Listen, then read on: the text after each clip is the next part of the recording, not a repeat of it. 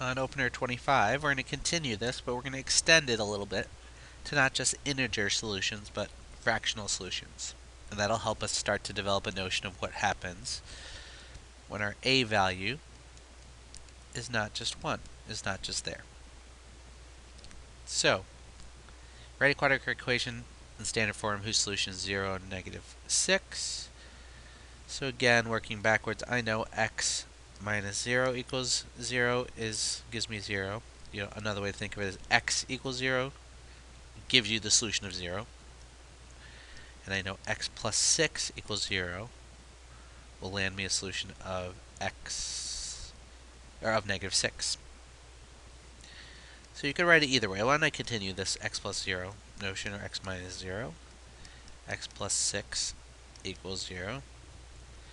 And so when I remultiply that out, I get x squared plus 6x plus 0x plus 0 equals 0.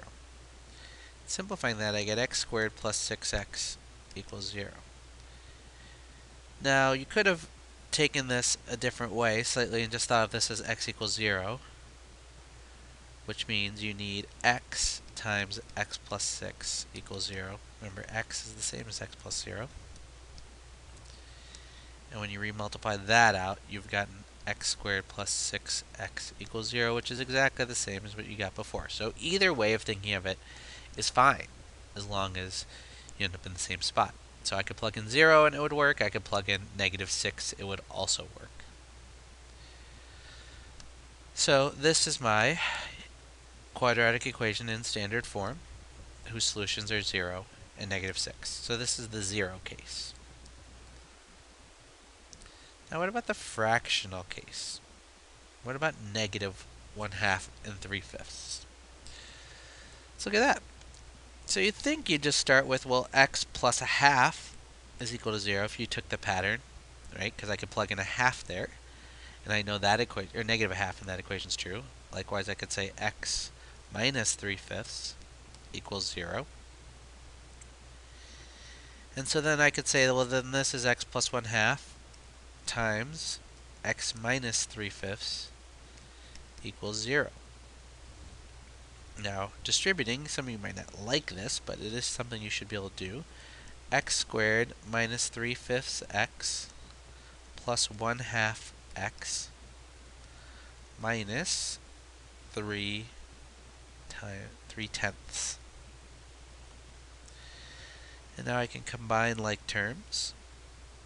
Remember, I could rewrite these as, put them in tenths, so I'm going to multiply top and bottom here by 2, top and bottom here by 5.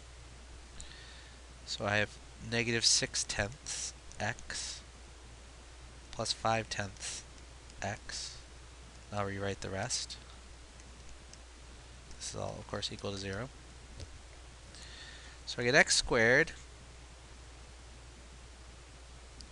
minus 1/10 x minus 3/10 equals 0. Now this is not in standard form. You cannot have fractional values as a, b, and c in standard form. So how are we going to remedy this? Well, I'm going to make myself some room above. How do I get rid of the tenths? Well, some of you might say by clearing the fractions, by multiplying both sides by the least common multiple of the denominators, which is 10 here. They're both 10s, right? I'm going to multiply both sides by 10. So I get 10x squared minus x minus 3 equals 0. And this is now your quadratic equation in standard form, whose solutions are 1/2 and 3/5. Now you might say, okay, fine, I can do that, and I can clear fractions. There's another way to think of this, right, which is you can clear your fractions much earlier on. You could take this equation, clear your fractions earlier on. Okay, I can multiply both sides by 2. So let's write that out. 2 times x plus 1/2 times x minus 3/5 equaling 0. And when I multiply both sides by 2, 2 times 0 is still 0. And remember, I only multiply, just like you have 2 times 3 times 5 is not 2 times 3 plus 2 times 5, or times 2 times 5, right? You just multiply it into 1, and so I'll selectively choose to multiply it into the left one, because that's what I needed to clear that fraction. So this is 2x plus 1, x minus 3/5, equals 0. These are the same. I haven't changed anything. I've just changed the form of it. And if you aren't convinced, let me rewrite 2x plus 1 equals 0. For what value of x makes that true? 2 times negative 1/2 plus 1 is still 0. That still works. It's the same equation. I've just multiplied it by 2.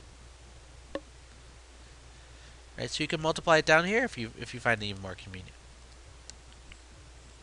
Right? Let me multiply the other one, and let me change this form. I'm going to multiply this by 5. So this becomes 5x minus 3 equals 0.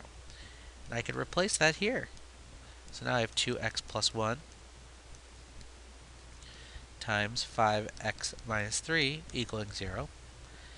And you'll find when I multiply this out, I get 10x squared minus 6x plus 5x minus 3 equals 0. And when I simplify that, it turns into exactly where we landed before.